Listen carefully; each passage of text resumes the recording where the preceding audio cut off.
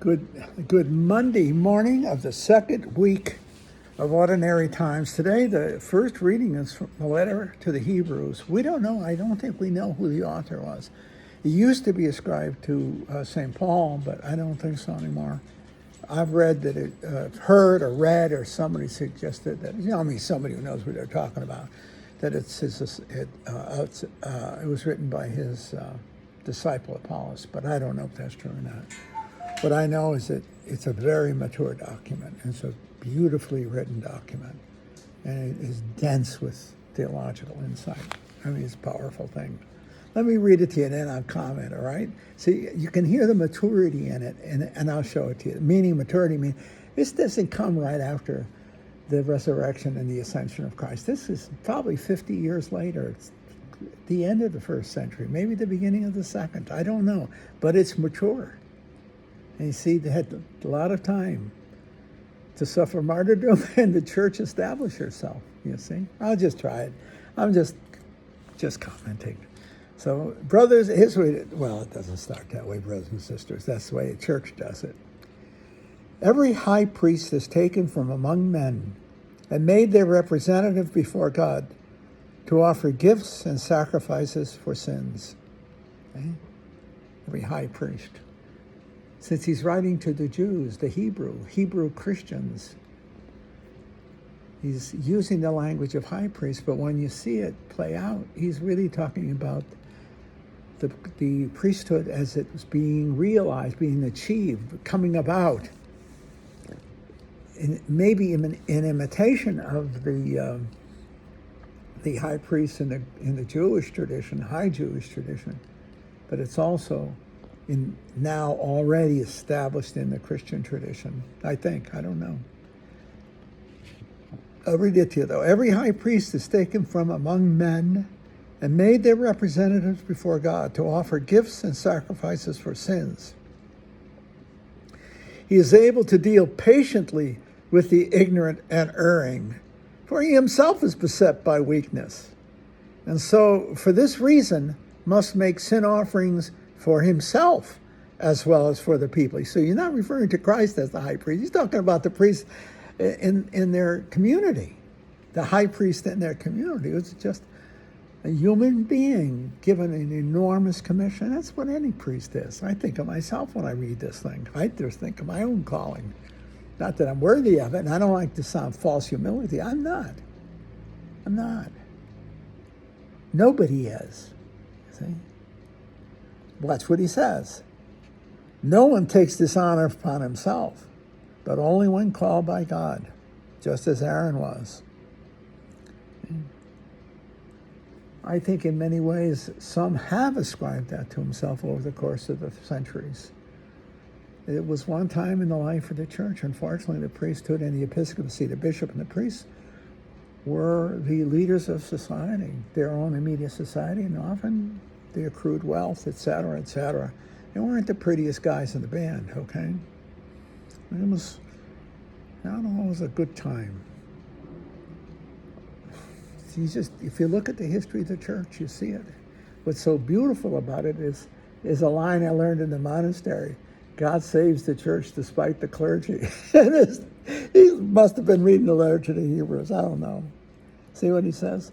In the same way, it was not Christ who glorified himself in becoming high priest, but rather the one who sent him, who said to him, "You are my son. This day I have begotten you." Just as he says in another place, "You are a priest forever, according to the order of Melchizedek." Watch how powerful he gets here. In the days when he was in the flesh, he offered prayers and supplications with loud cries and tears to the one who was able to save him from death. And he was heard because of his reverence. That's Christ in the garden, of course. But so were the Christians who are being martyred. Their prayers were being heard as they prayed, I'm sure, to be saved from the horrors of death, especially martyrdom. And you see what he says? He says that he was heard, or you could say they were heard, because of their reverence. The church really, really, really grew because of the blood of the martyrs. That's the truth. You catch this here a little bit in the letter to the Hebrews. And this is, I think, one of the most powerful lines in the New Testament, in any testament. Son though he was, he learned obedience from what he suffered. Think of the garden and the cross. Son though he was, he learned obedience. Not my will, but yours be done. Remember that? Son though he was, he learned obedience from what he suffered. And when he was made perfect, he became the source of eternal salvation for all who obey him. When he was resurrected, made perfect. He learned obedience, and when he was made perfect in the resurrection, he became the source of eternal salvation for all who obey him. Boy, you read the whole architectonic there of Christianity, that the Son took upon himself the sins of the world, and he redeemed us from ourselves through his suffering. It's powerful stuff. He doesn't make an excuse for suffering. He sees suffering as a means by which we are all called to participate in the suffering of Christ in obedience to the will of the Father. The humility of the suffering servant. Now, I don't know if I've said that well or poorly today. I'm just aware of it. The wisdom that flows from the cross is also the wisdom that flows from the human heart as it suffers. Some of the most powerful experiences I ever had religiously came from people who suffered deeply in their lives, lay people especially, men and women, and how they were able to come to grips with it and see their suffering as a share in the suffering of Christ, even if they didn't use those words. I was deeply moved over the years, especially when I was first ordained and I did a lot of hospital work.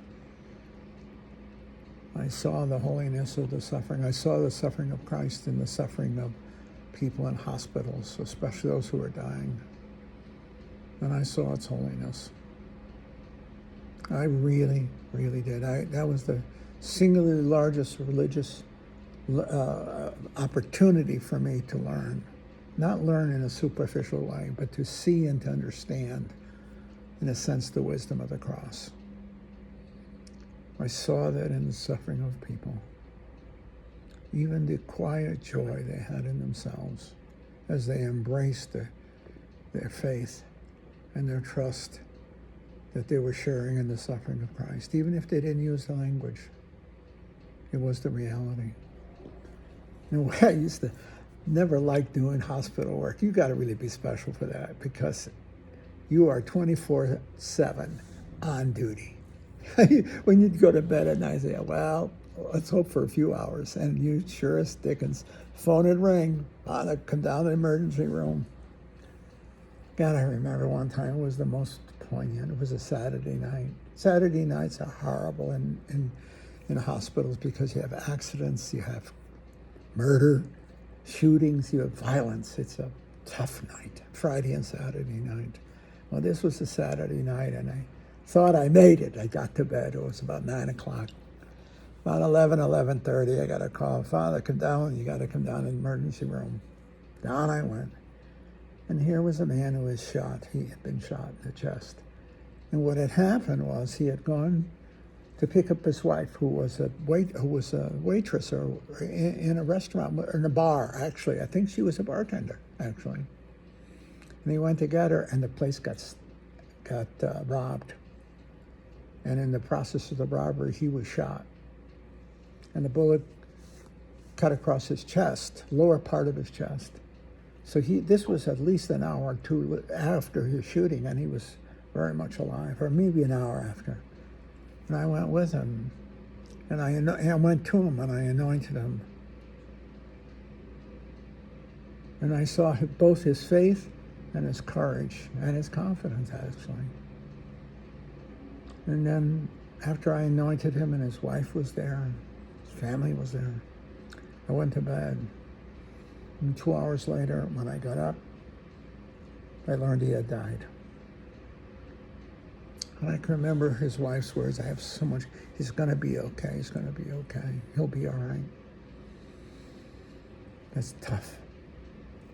How heartbroken she had to be. If I was shaken by his death, can you only imagine what she felt?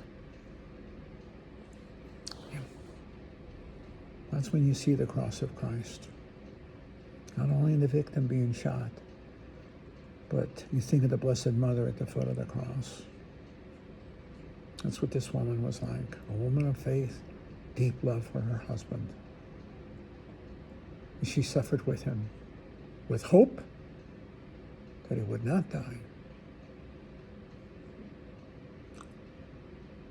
but a quiet belief when he did. I think I remember her. I think I did the funeral too. There was a quiet sense about her.